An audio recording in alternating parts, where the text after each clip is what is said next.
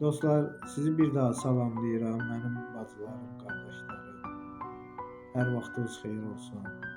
Bu günləri sizə öz sevincimi bölüşmək üçün müraciət edirəm. Yəni, o böyük oğluma toy məclisini yola verdi, yola saldır. İnşallah Allah onları xoşbəxt eləsin.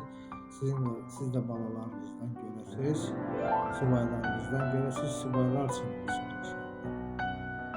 Deməyim odur ki, hökumət nümayəndələri nə qədər öz vətəndaşlarını incitsələr də, vətəndaşlar özlərində güc tapır, imkan tapır, hər cürə fürsət yaxalayıb övladlarını xoşbəxt günə çıxartmağa çalışır.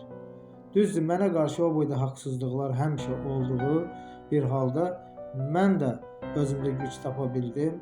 Övladlarımı mənzillə də təmin elədim, hansı ki, hökumət o mənzili məndən oğurladı, yedi, burunlarından gəlsin. Amma mən özümdə yenə də deyirəm, qüvvət tapdım. Borcla, xərclə, hər neylə də olsa, övladlarımı xoşbəxt eləmək üçün hər cürə çətinliklərə qatlaşdım. Hər ikisinə, hər iki balama ev aldım, evlə təmin elədim.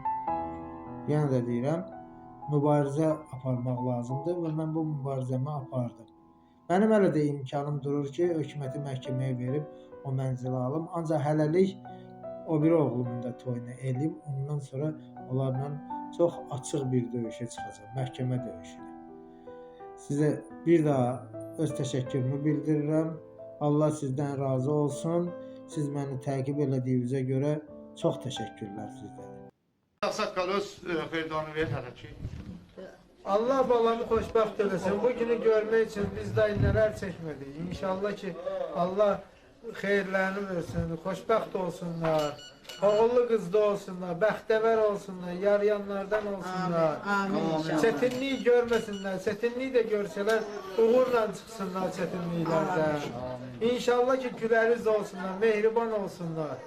Allah cəmi subaylarımıza qismət eləsin. Gələnlərin, subaylarının xeyir işlərini gəlir inşallah. Allah sizə də can sağlığı versin. Hər birimizə Allah bəxtəvər eləsin. Amin inşallah.